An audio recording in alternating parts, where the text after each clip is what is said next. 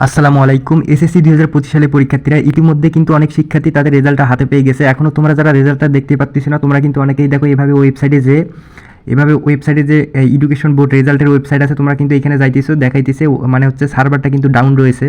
তো এক্ষেত্রে দেখো বারবার ক্লিক করতেছি আমি, সার্ভারটা কিন্তু ডাউন দেখাই দিচ্ছে, তোমরা কেউ রেজাল্টটা দেখতে পাচ্ছ না, কিন্তু এরই মধ্যে অনেক শিক্ষার্থী রেজাল্ট পেয়ে গেছে। তো কীভাবে পেলো এটা দেখো সরাসরি আমি জানিয়ে দিচ্ছি। তো এটা তোমরা পাওয়ার জন্য তোমরা প্লে স্টোরে চলে যাবে, যে সার্চ করবে হচ্ছে এসএসসি রেজাল্ট 2025। দেওয়ার পরে দেখো এইভাবে কমলা কালার একটা অ্যাপস আসবে, এটাতে ক্লিক করে দিবা।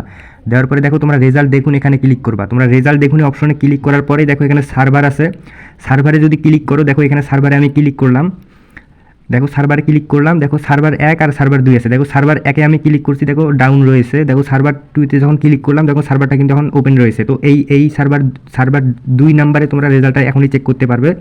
এবং আরেকটা নিয়ম আছে এখানে, রেজাল্ট এসএমএসের মাধ্যমে তোমরা সেন্ড করলে সাথে সাথে তোমার রেজাল্টটা এখনই চলে আসবে।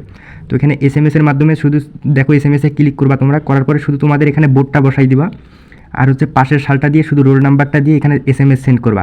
সাথে সাথে তোমাদের রেজাল্টটা এখনই এসএমএসের মাধ্যমে জানাই দেওয়া হবে। এই দেখো আমি এসএমএসটা দিলাম, দেওয়ার পরে দেখো এটা কিন্তু আমার হচ্ছে দেওয়ার পরেই হচ্ছে রেজাল্টটা কিন্তু এখানে দিয়ে দেবে। তাই তোমরা এখনও যারা রেজাল্ট দেখতে পারো নাই, সরাসরি গুগল প্লে স্টোরে চলে যাবে।